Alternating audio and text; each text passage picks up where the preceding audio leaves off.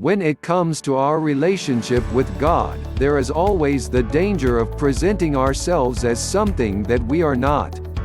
After all, it's easy to come to church and put on a show and have everyone think we are close to God when in fact, the outward appearance may be a long way away from what we really are inside. I've known people, and you have as well, that everyone assumed was close to God and living a godly life. But when the truth came out, they were nothing more than a great pretender. The world around us is no help. Sometimes we are so enticed by things that seem to be so important, when in the end, even though they may not be bad things, if they are pursued as the most important things, they wind up taking our attention away from God. And the result is we become a great pretender. Our lips say one thing, but our heart is divided and torn. So what does a divided heart look like? What are the characteristics of a heart this is not united to fear the Lord? A person with a divided heart is never able to make a commitment. He flits from one relationship to another, from one job to another, from one friendship to another, from one church to another, from one promise to another, never staying in one place long enough to make anything stick. He's here today and gone tomorrow. He promises and then makes excuses. He says, "I'll call you tomorrow," and then forgets and apologizes later. Or maybe he never remembers at all. He dates one girl after another, never able to pop the question because he's so easily distracted and because he deeply fears making a commitment that will require him to stay married for the rest of his life. 1 Chronicles chapter 12 verse 33. And the idea is David had in these men a great host of trained soldiers who came to David ready to fight. They showed up in full battle gear, shield and spears and bows, ready to go to battle at a moment's notice. They knew how to follow orders and get the job done. But that is not their finest quality. There is something even better to be said about them. They were stout-hearted. If you look at the word in other translations, you will see phrases like one purpose and undivided. They were absolutely committed to King David and his causes, willing to fight and put their lives on the line.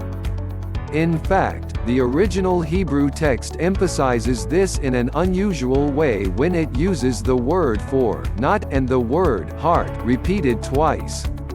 Not heart and heart. In other words, they were not double-hearted. We don't use that word very often. We are more familiar with double-minded, but the idea is the same. These men were not double-hearted. They didn't have torn allegiances. They were not partly for Saul and partly for David. Having made their choice, it was one heart all the time, with nothing held back. These men said, "David, we are all in. Where you lead, we will follow. Say the word and we will go into battle. We serve at your command and only at your command." And here we are 3,000 years after the men of Zebulun came to David, and we remember them not for their military prowess, which must have been great, but for their hearts. They were not double-hearted. They were in all the way.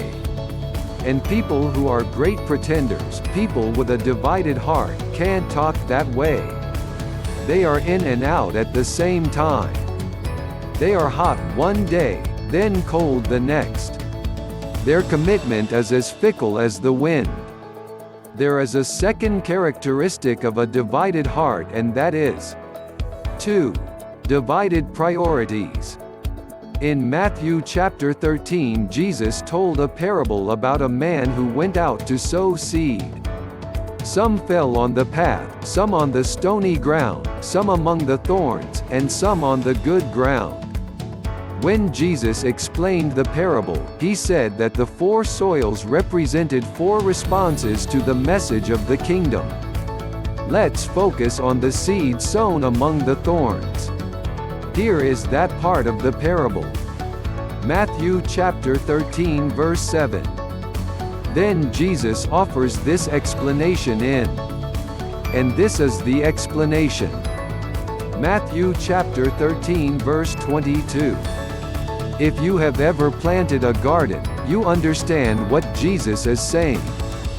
No matter how good the soil may appear from above, weeds lurk just below the surface. If you do not pull them up and stay after them, they will choke out the seed you have planted. Now listen carefully. Jesus said that some people are just like that. They are fence straddlers. They say, yes but, ... when they hear the word. Maybe they mean business, but they never pull the weeds out of their life. Now, in this parable Jesus mentions two particular kinds of weeds. First, the worries of this life. That would refer to any concern in your life that catches and consumes all your attention. It could be something that in itself is not bad. It might be a genuine concern for your job or your health or your personal financial situation. It could be a relationship that takes up all your waking moments. It could be a family issue that keeps you tossing and turning at night. Second, there is the deceitfulness of wealth. Again, that's not hard to understand. Money is addictive. The more you have, the more you want, and the less you have, the more you want. You've probably heard the story of the rich man who, when asked when he would stop working so hard, replied, "When I have enough money." How much is enough? Just $1 more. That is the deceitfulness of riches. And it's not just a temptation to the rich man. The love of money comes to all of us, seduces us, whispers to us over and over again, "If only you had a little bit more you would be happy." Now it is extremely important to remember that Jesus is not describing unusual or strange temptations. We all have things that worry us. Take a look at the prayer list we print every Wednesday evening. Those of you who are faithful to come know that half of the list, printed on a standard-size sheet of paper, is the names of ongoing needs of those who are sick or family needs or some kind of unpleasant situation. There are so many names and so many needs. And if your name isn't on there, it very well could be very soon. We all face sickness, family crisis, medical issues, financial troubles, marital problems, struggles with our children, disappointments, setbacks, career issues, and periods of doubt and anger and spiritual struggle. We live in a very fallen world and no one is exempt from the troubles of life. No one is exempt from the troubles of life. We get sick, our loved ones get sick. Financial pressures weigh on all of us. Death knocks on our doors sooner or later. How quickly the thorns of life arise to divide our heart and divert our attention. These problems, trials and difficulties can choke out God's work and leave us spiritually anemic.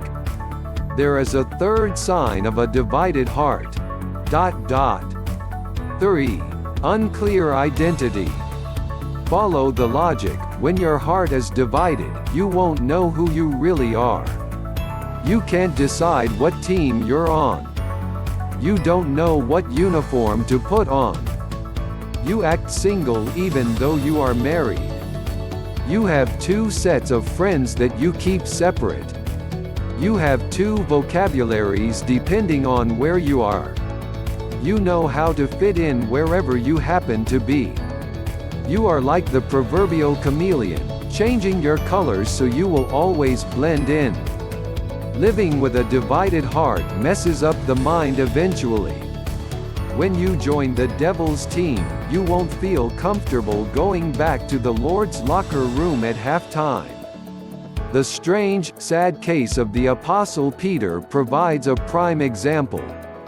On the night before the crucifixion, when Jesus met with his chosen men in the upper room, Peter took a look around and wasn't very impressed with what he saw. "Lord, I don't know about these other guys. They look a little weak to me. I wouldn't count on them if I were you. But don't worry. You've got me. I'm your man. No matter what the rest of them do, I will never betray you. You have my word on it. I'll never let you down." Or more simply put, even if everyone else deserts you, I will never desert you. Matthew chapter 26 verse 33.